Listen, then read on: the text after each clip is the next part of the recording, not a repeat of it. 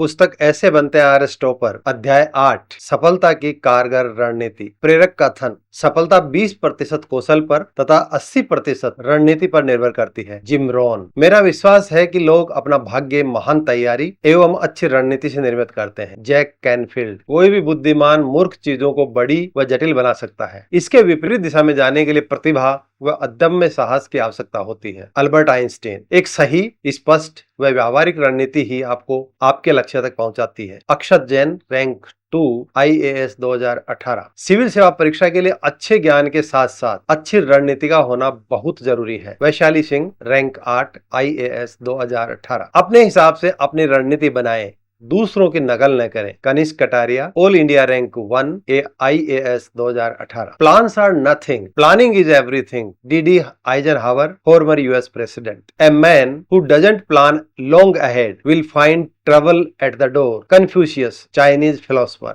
Every minute you spend in planning saves 10 minutes in execution। This gives you a 100% return on energy। Brian Tracy।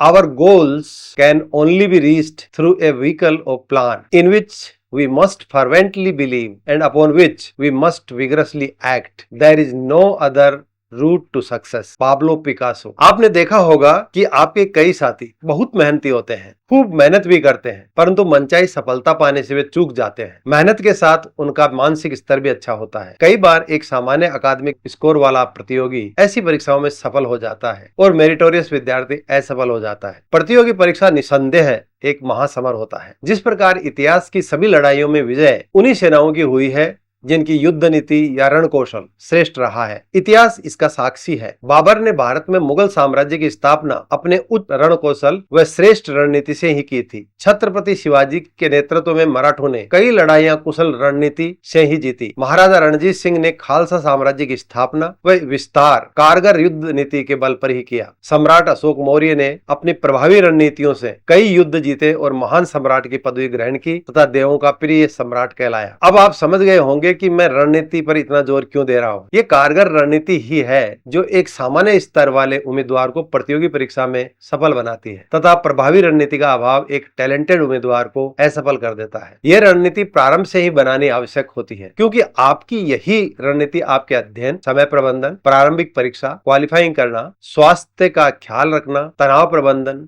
Notes banana, revision इत्यादि को निर्धारित करेगी। आपकी रणनीति यह भी निर्धारित करेगी कि सफलता की राह में आने वाली तीनों लड़ाइयों में से आप किस स्तर तक की लड़ाई तक विजय होंगे। इन प्रतियोगी परीक्षाओं में बिना उचित रणनीति के भाग लेना उसी तरह घातक होता है जैसे कि कोई सैनिक बिना प्रशिक्षण के युद्ध भूमि में चला जाए। प्रभावी रणनीति हेतु व्यापक स्टडी। RAS परीक्षा में शीघ्र व निश्चित सफलता की रणनीति आपके समक्ष प्रस्तुत करने के लिए मैंने राजस्थान की सबसे बड़ी व व्यापक स्टडी की। इस स्टडी में सीधी भर्ती से चयनित 250 RAS अधिकारियों व राजस्थान व अन्य कैडर के सीधी भर्ती से चयनित 100 IAS अधिकारियों को शामिल किया गया। इस अध्ययन में लक्ष्य यानी उद्देश्य के अलावा 20 ऐसे तत्वों को इन अधिकारियों से महत्व की प्राथमिकता को ध्यान रखते हुए घटते क्रम में व्यवस्थित करवाया। लक्ष्य को इसलिए सर्वे में शामिल नहीं किया गया क्योंकि इन परीक्षाओं में बैठने वालों का लक्ष्य निश्चित रूप से RAS या IAS परीक्षा में सफल होना होता है। अध्ययन में इन अधिकारियों ने इन 20 फैक्टर्स को इनके महत्व को ध्यान में रखते हुए निम्नलिखित प्राथमिकता में रखा।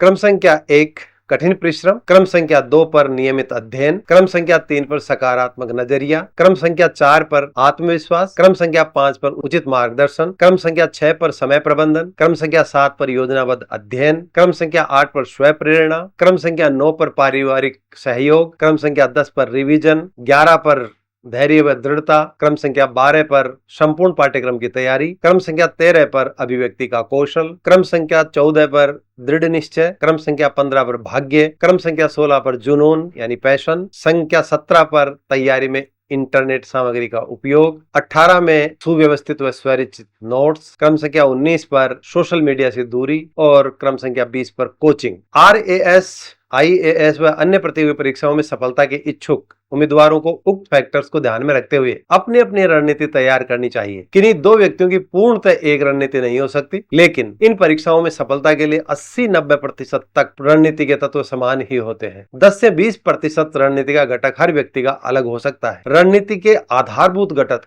सबके लिए समान ही होते हैं। कुछ फैक्टर्स प्रत्येक उम्मीदवार की परिस्थितियों के अनुसार भिन्न हो सकते हैं, इसलिए प्रत्येक अभ्यर्थी अपनी अपनी रणनीति अपनी अपनी परिस्थितियों के अनुसार निर्मित करते हैं तथा सफलता के लिए अलग अलग मार्ग अपनाते हुए भी अपनी अपनी मंजिलें प्राप्त कर लेते हैं। इस रणनीति के निर्माण में प्रत्येक उम्मीदवार की रचनात्मकता, क्रिएटिविटी का अहम महत्व होता है। जो अभ्यर्थी रचनात्मक होते हैं वे अपनी रणनीति को अन्य प्रतियोगियों से अपने उच्च रचनात्मक कौशल के आधार पर उन्नत, समृद्ध व ज्यादा प्रभावशाली बनाकर अपेक्षित सफलता जल्दी ही प्राप्त कर लेते हैं। उद्देश्य को सम्मिलित करते हुए उक्त 20 फैक्टर्स को इस पुस्तक में उचित स्थान पर शामिल किया गया है। हालांकि यह अध्ययन मुख्यतः RAS व IAS अधिकारियों के फीडबैक पर आधारित है, परंतु इन अधिकारियों द्वारा अपनाई गई रणनीति अन्य सभी प्रतियोगी परीक्षाओं पर भी लागू होती है। RAS परीक्षा राजस्थान की कठिनतम परीक्षा मानी जाती है तथा IAS की परीक्षा भारत की कठिनतम प्रतियोगी परीक्षा मानी जाती है। इस अध्याय में प्रतियोगी परीक्षाओं में सफलता के लिए जो रणनीति आपको प्रस्तुत की जा रही है वह कमोबेश सभी प्रतियोगी परीक्षाओं के लिए कारगर है। RAS व IAS की परीक्षाएं ऐसी हैं कि इनमें मुख्यतः 3 प्रकृति की परीक्षाएं उत्तीर्ण करना अनिवार्य है। प्रारंभिक परीक्षा वस्तुनिष्ठ प्रकृति की होती है। इसमें एक प्रश्न के उत्तर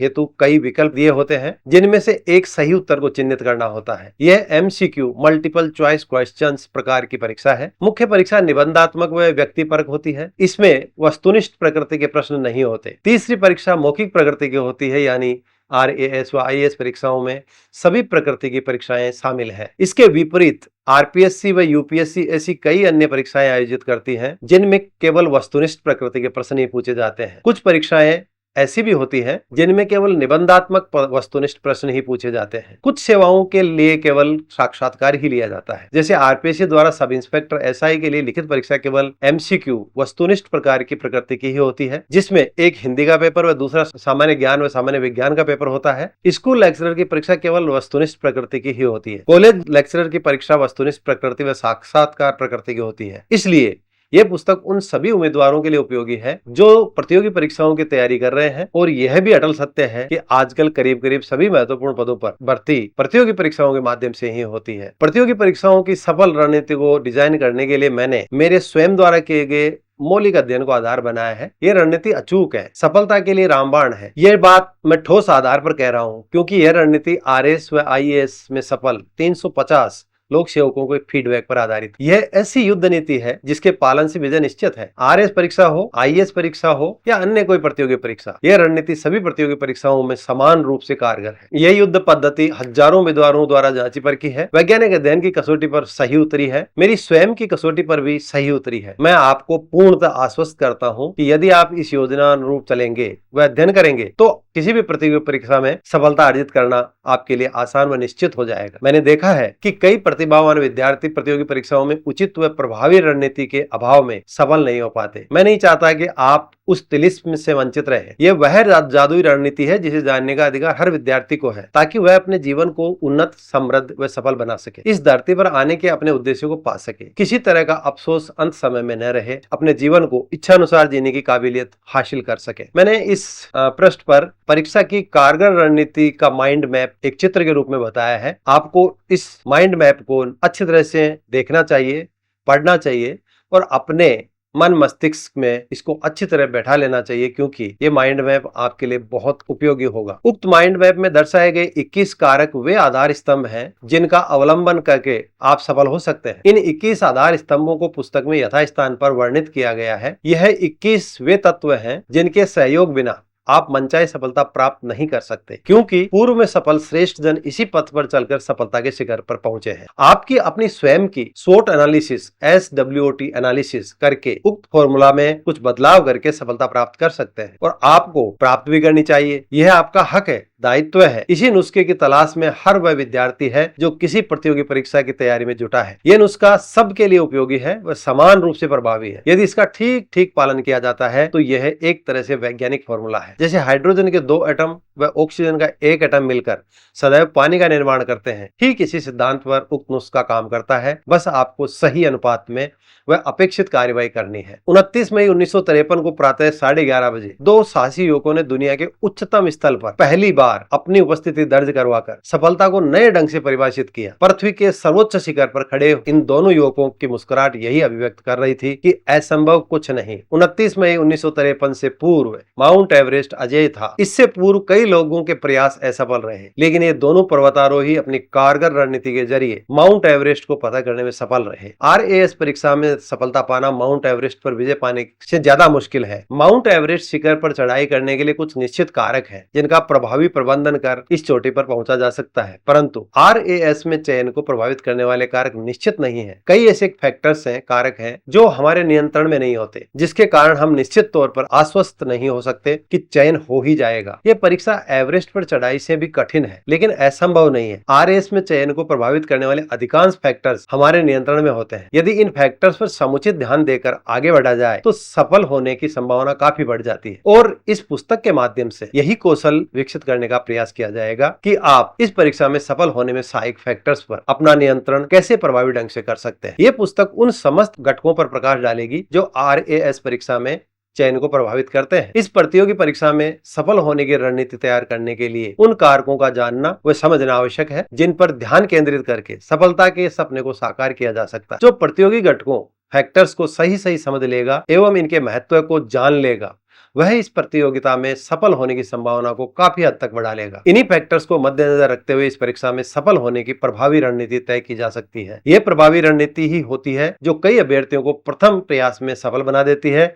जो प्रतियोगी इस परीक्षा की तैयारी शुरू करने से पहले इस परीक्षा की प्रकृति, स्वरूप वह प्रभावित करने वाले कारकों को समुचित रंग से समझकर अग्रसर होता है, उसके लिए सफलता आसान व सुनिश्चित हो जाती है। जीवन के हर क्षेत्र में सफलता के लिए एक विशेष ढंग की रणनीति की आवश्यकता होती है। आपने पढ़ा है कि विश्व की सभी बड़ी लड़ाइयां एक प्रभावी एवं कारगर रणनीति से ही जीती गई हैं। विश्व के समस्त सफलतम लोगों के जीवन पर दृष्टि डालने से यह स्पष्ट होता है कि किसी भी कार्य में सफलता तभी संभव है जब हम एक सुविचारित व सुरचित कारगर रणनीति का अवलंबन करें। प्रभावी योजना शीघ्र सफलता दिलाती है। इस परीक्षा में सफल होने का प्रभावी रोड मैप तैयार करना अत्यंत आवश्यक ही नहीं परंतु अनिवार्य भी है। जो ऐसा नहीं करता उसे या तो सफलता मिलती ही नहीं है और यदि मिलती है तो काफी विलंब से। इसलिए सबसे पहले स्पष्ट रणनीति बनाएं और उसके बाद तैयारी शुरू करें। आपकी रणनीति व्यावहारिक होनी चाहिए और आप इसे दैनिक रूप से पालन करने में सक्षम हो। उद्देश्य से कुछ प्रेरक कथन। यदि आप खुशहाल जीवन जीना चाहते हैं तो उसे लक्ष्य से बांध कर रखिए, न कि व्यक्तियों या वस्तुओं से। Albert Einstein. ऊंचाइयां छुओ क्योंकि तुम्हारे भीतर सितारे कैद हैं।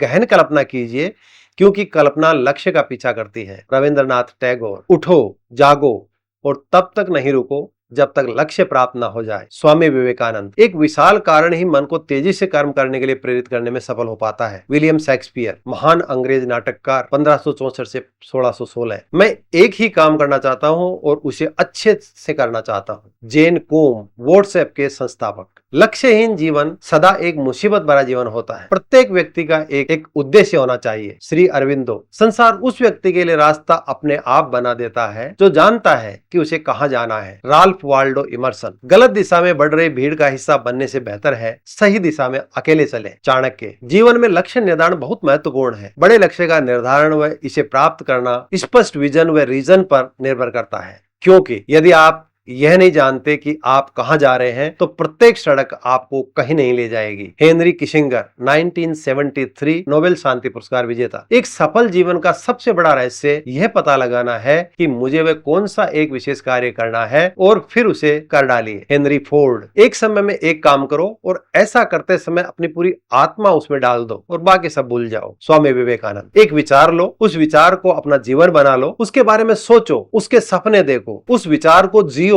अपने मस्तिष्क, मांसपेशियों, नसों, शरीर के हर हिस्से को उस विचार में डूब जाने दो। बाकी सभी विचारों को किनारे रख दो। यही सफल होने का तरीका है। स्वामी विवेकानंद। जब कोई विचार अनन्य रूप से मस्तिष्क पर अधिकार कर लेता है तब वह वास्तविक भौतिक व मानसिक अवस्था में परिवर्तित हो जाता है। स्वामी विवेकानंद। छोटा लक्ष्य रखना एक अपराध है, बड़ा लक्ष्य रखें। एपीजे अब्दुल कलाम। भारत के 11वें राष्ट्रपति। अगर 4 चीजों का पालन किया जाए, एक महान लक्ष्य, ज्ञान प्राप्ति, कठिन परिश्रम व दृढ़ता, तो कुछ भी हासिल किया जा सकता है। एपीजे अब्दुल कलाम भारत के 11वें राष्ट्रपति। जिन्होंने महान चीजें अर्जित की है उनके महान लक्ष्य रहे हैं। उन्होंने अपनी दृष्टि उन उच्च लक्ष्यों पर जमाए रखी जो कभी असंभव लग रहे थे। Sweat Marden. बिना लक्ष्य के हमारी योजनाएं असफल हो जाती है। जब व्यक्ति को यह ज्ञात नहीं हो कि वह किस बंदरगाह को जा रहा है तो ऐसे व्यक्ति के लिए कोई भी हवा सही हवा नहीं है। सेनेका, महान यूनानी दार्शनिक। सफलता के लिए एक लक्ष्य का होना मुख्य आवश्यकता है, चाहे लक्ष्य कुछ भी हो। जॉन डी रॉकफेलर, यदि लक्ष्य अच्छा नहीं है तो ज्ञान एक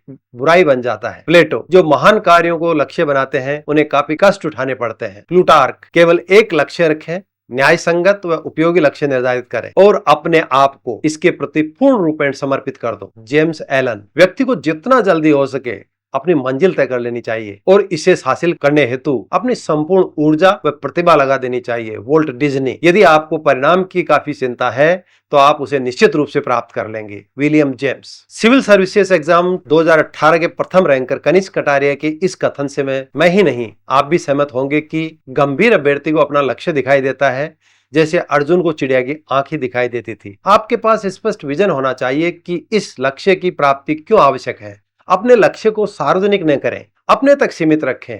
अपने संकल्पों को अपने मन में ही रखें, दूसरों को न बताएं, विशेषकर उनको जो आपको हतोत्साहित करते हैं। ईश्वर हर व्यक्ति को किसी न किसी विशेष कार्य के लिए इस धरती पर भेजता है, तो आपको भी यूं ही तो नहीं भेजा होगा कि जाओ और इस धरती पर और रोते पीटते, दूसरों को कोसते, दूसरों की निंदा आलोचना करते, हराम का माल उड़ाते और निठल्ला बैठकर अकर्मण्यता का प्रदूषण फैलाते हुए इस जीवन को व्यतीत करो। तत्पश्चात मैं तुझे वापस बुलाकर स्वर्ग में बैठाऊंगा। याद रखिए, ईश्वर भी इस धरती पर बिना उद्देश्य के नहीं आते। भगवान राम ने अवतार लिया रावण वध के लिए। कृष्ण के अवतार का लक्ष्य था कंस का वध एवं धर्म की स्थापना, तथा ईसा के आगमन का लक्ष्य था सत्य की स्थापना। ईसा मसीह, नानक, बुद्ध, महावीर, साईं, जिस नाम से भी वह इस धरती पर आया, किसी न किसी उद्देश्य को लेकर आया। फिर यह कैसे हो सकता है कि आपको बिना उद्देश्य के यहाँ भेजा हो? आपके जीवन का भी कोई न कोई विशेष उद्देश्य है, लक्ष्य है।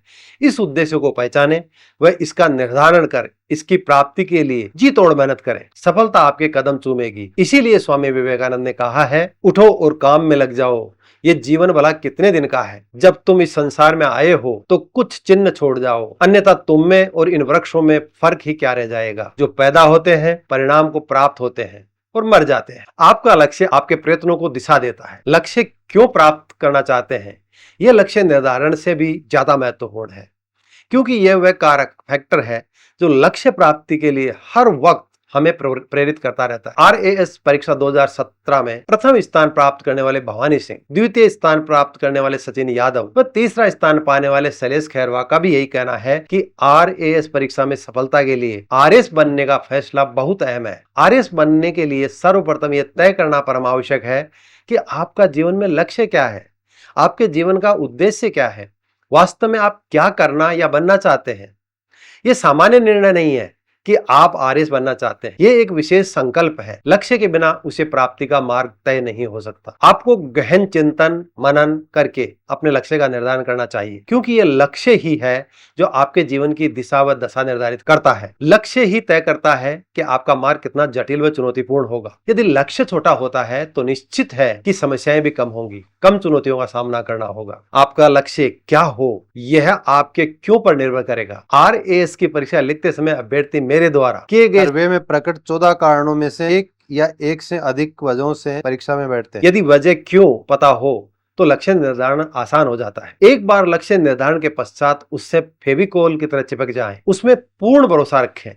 अटूट भरोसा सफलता के लिए परम आवश्यक है।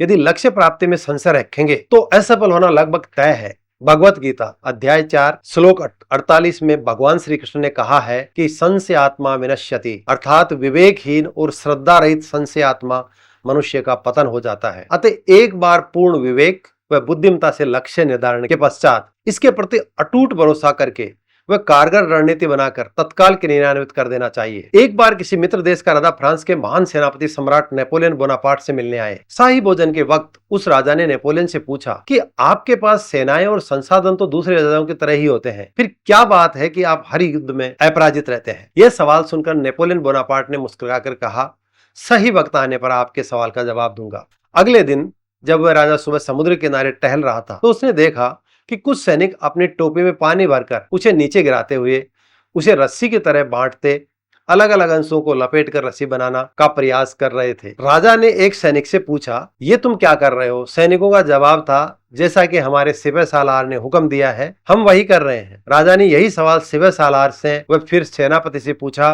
कि सैनिक ये मूर्खतापूर्ण काम क्यों कर रहे हैं। अंत में राजा को पता चला कि यह आदेश खुद सम्राट नेपोलियन ने दिया था। रात के भोजन के वक्त जब राजा ने नेपोलियन ने दिन की इस अजीब घटना के बारे में पूछा तो नेपोलियन ने कहा, सैनिकों को ये मूर्खतापूर्ण कार्य करने का आदेश मैंने इसलिए दिया था ताकि आपको आपके कल के प्रश्न का उत्तर मिल जाए। मेरे सेनापति, सिपह सालार और सभी सैनिकों को मुझ पर अटूट भरोसा है।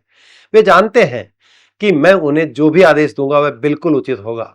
वे मेरे आदेशों का पालन करते हैं, कोई बहस व प्रतिप्रश्न नहीं करते, न ही वे मन में कोई शंका रखते। यही मेरी सबसे बड़ी ताकत है और जीत का कारण है। इसी तरह का अटूट भरोसा हमें अपने लक्ष्य प्राप्ति पर होना चाहिए, क्योंकि लक्ष्य का निर्धारण आपने सोच विचार कर योग्यताओं, क्षमताओं, अवसरों, चुनौतियों और जोखिमों का आकलन करके किया है। लक्ष्य तय करने के पश्चात हमें उसकी प्राप्ति के लिए प्रभावी रणनीति तैयार कर इसे मूर्त रूप देने में लग जाना चाहिए। लक्ष्य या उद्देश्य एक अहम फैक्टर है। बिना लक्ष्य के सफलता अर्जित करना असंभव है। यही नहीं, मेरे द्वारा सर्वे में शामिल आरएस अधिकारियों और आईएएस अधिकारियों ने यह स्वीकार किया कि लक्ष्य निर्धारण इन परीक्षाओं में सफलता के लिए परम आवश्यक है। बिना लक्ष्य के परीक्षा लिखने वाले अभ्यर्थी की स्थिति उस जहाज की तरह है जिसके चालक नाविक को यह पता नहीं कि जाना कहाँ है। ऐसा जहाज निश्चित रूप से या समुद्री तूफानों में डूब जाएगा या ऐसी जगह पहुंचेगा जो लक्ष्यहीन होगी। दोनों ही परिस्थितियों में नाविक को असफलता ही हाथ लगेगी। इसलिए हर कैंडिडेट को यह परीक्षा लिखने से पहले यह तय कर लेना चाहिए कि उसे आरएएस बनना है या अन्य कोई व्यवसाय करना है। यदि आरएएस बनना ही लक्ष्य है तो पूर्ण गंभीरता के साथ यह भी तय करना आवश्यक है कि आरएएसई क्यों बनना है। उक्त दोनों बातें सबसे महत्वपूर्ण हैं। सुपर 30 के संस्थापक व सफल कोच आनंद कुमार कहते हैं कि याद रखें, कोई भी कार्य करने से पहले यह तय करें कि जो करने जा रहे हैं उसका उद्देश्य क्या है, जो कर रहे हैं उसकी वजह क्या है और जो करने जा रहे हैं उसकी अहमियत क्या है। यदि इन प्रश्नों का स्पष्ट जवाब आपके पास है तो आरएएस बनने की राह आसान हो जाएगी। आरएएस परीक्षा 2018 के लिए करीब 5 लाख अभ्यर्थियों ने आवेदन किया था, लेकिन प्रारंभिक परीक्षा में केवल 3,75,000 अभ्यर्थी ही बैठे। इससे स्पष्ट है कि शेष करीब 1.25 लाख कैंडिडेट्स ने या तो लक्ष्य ही निर्धारित नहीं किया या फिर परीक्षा से पहले ही हार मान ली। बल्ब के आविष्कारक थॉमस एडिसन ने सही ही कहा है कि हमारी सबसे बड़ी कमजोरी हार मान लेना है। सफल होने का सबसे निश्चित तरीका है हमेशा एक बार और प्रयास करना। इसी परीक्षा की मुख्य परीक्षा हेतु करीब 23,000 अभ्यर्थी पंजीकृत थे, लेकिन केवल 17,865 ने ही मुख्य परीक्षा लिखी, यानी करीब 5,000 से ज्यादा अभ्यर्थियों ने प्रारंभिक परीक्षा पास कर लेने के बाद हार मान ली। इससे स्पष्ट जाहिर है कि कई अभ्यर्थी अपने लक्ष्य की अस्पष्टता या अन्य कारणों से मौखिक परीक्षा से पहले ही मैदान छोड़ देते हैं। कई अभ्यर्थी लक्ष्य को निर्धारित कर लेते हैं लेकिन लक्ष्य की ओर ले जाने वाला फैक्टर नहीं पहचान पाते, अर्थात वे इस प्रश्न का हल नहीं ढूंढ पाते कि ये लक्ष्य क्यों प्राप्त करना चाहते हैं। ये क्यों फैक्टर अत्यंत महत्वपूर्ण है। यही फैक्टर हमें हमारे लक्ष्य की ओर पुश करता है। सफलतम अमेरिकी हस्तियों में से एक ओपरा विनफ्रे का कथन है कि अगर आपको अपने जीवन में लक्ष्य प्राप्त करने हैं तो आपको अपनी आत्मा से शुरुआत करनी होगी। हमारी आत्मा सर्वशक्तिमान है, आत्मबल सर्वश्रेष्ठ बल है। हमें आत्मबल को पहचानना होगा, आत्मबल को जगाना होगा। यही आत्मा की शक्ति हमें सफलता दिलाती है। आत्मा की आवाज कभी गलत नहीं होती। आत्मबल अन्य बलों से श्रेष्ठ है। इतिहास के सफलतम व्यक्तियों के जीवन को देखते हैं तो पाते हैं कि ये महान लोग आत्मबल के धनी थे। इन्होंने आत्मबल को पहचान कर इसकी जादुई करामात को कार्य करने में परिणित किया। इसी आत्मबल की चमत्कारिक शक्ति से इन इतिहास पुरुषों से सफलता के शिखर को छुआ है। अमेरिका के मशहूर राष्ट्रपति अब्राहम लिंकन ने बहुत ही सटीक बात कही है, अगर पहले हम जान लें कि हम कहां पर हैं और हम किस दिशा में जा रहे हैं तो हमें क्या और कैसे करना चाहिए इसका बेहतर निर्णय कर सकते हैं। और यकीन कीजिए, नेपोलियन बोनापार्ट ने बिल्कुल ठीक कहा है कि असंभव शब्द मूर्खों के शब्दकोश में पाया जाता है। अब्राहम लिंकन ने यह भी कहा है कि कुछ करने की इच्छा वाले व्यक्ति के लिए इस दुनिया में कुछ भी असंभव नहीं है। सर्वाधिक पेटेंट धारक थॉमस एडिसन कहते हैं कि जब मैं पूरी तरह से यह तय कर लेता हूं कि कोई परिणाम प्राप्त करने योग्य है तो मैं आगे बढ़ता हूं और परीक्षण पर परीक्षण करते चला जाता हूं जब तक कि वो परिणाम आ न जाए। एडिसन के इसी माइंडसेट ने उनको महानतम आविष्कारों की श्रेणी में ला खड़ा किया। वे एक सफलतम आविष्कारक व वैज्ञानिक हुए हैं। विकिपीडिया पर उपलब्ध सूची के अनुसार उनके नाम 1093 पेटेंट दर्ज हैं, जो विज्ञान के इतिहास में संभवतः अधिकतम है। उसके सर्वाधिक चर्चित आविष्कारों में विद्युत bulb, phonograph, movie camera, automatic telegraph व एल्कलाइन बैटरीज इत्यादि शामिल है। यदि आप में अपने लक्ष्य की प्राप्ति में प्रबल विश्वास है तो मान के चलिए आप इसे प्राप्त कर लेंगे। यदि आप आरएएस परीक्षा के लक्ष्य के प्रति दृढ़ विश्वास रखते हैं कि आप सेलेक्ट हो जाएंगे, तो आपकी सफलता के अवसर कई गुना बढ़ जाते हैं। भगवत गीता सिखाती है कि व्यक्ति जो चाहे बन सकता है, यदि वह विश्वास के साथ इच्छित वस्तु पर लगातार चिंतन करे। क्रिकेट के भगवान कहे जाने वाले सचिन तेंदुलकर का भी यही कहना है कि मैं हर वक्त क्रिकेट के बारे में चिंतन करता रहता हूं। जो मैच मुझे दूसरे दिन खेलना होता है, उसे मैं पूर्व रात्रि में ही तय कर लेता हूं कि किसकी गेंद पर कैसे खेलना है।